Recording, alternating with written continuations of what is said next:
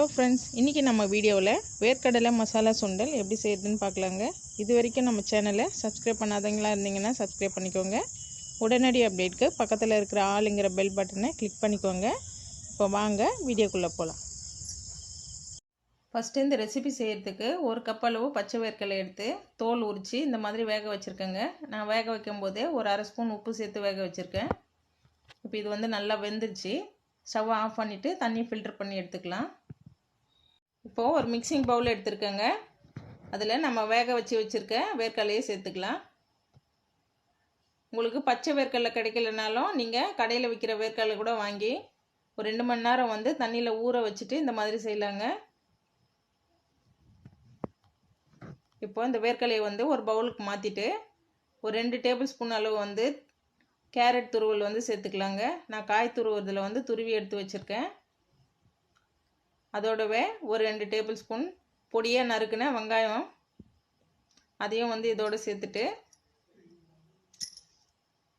தக்காளி வந்து ஒரு சின்ன சைஸ் தக்காளி பாதியை கட் பண்ணி பொடியாக கட் பண்ணி எடுத்து வச்சுருக்கேன்.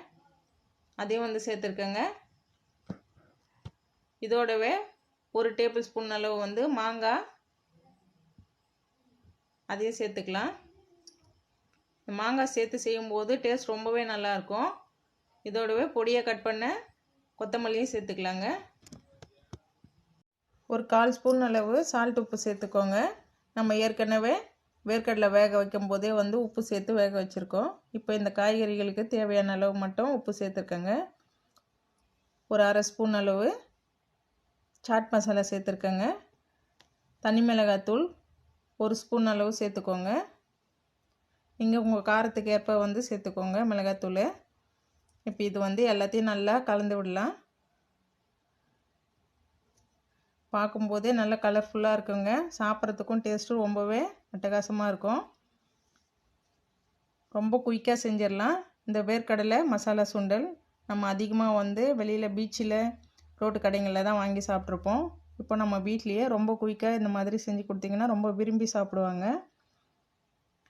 இந்த ரெசிபி உங்களுக்கு பிடிச்சிருந்ததுன்னா நீங்களும் உங்கள் வீட்டில் ட்ரை பண்ணி பாருங்கள். ட்ரை பண்ணி பார்த்துட்டு எப்படி இருக்குன்னு உங்களுடைய கருத்துக்களை கமெண்ட் பாக்ஸில் சொல்லுங்கள். இந்த வீடியோ பிடிச்சிருந்தால் லைக் பண்ணுங்கள், ஷேர் பண்ணுங்கள். தேங்க்யூ.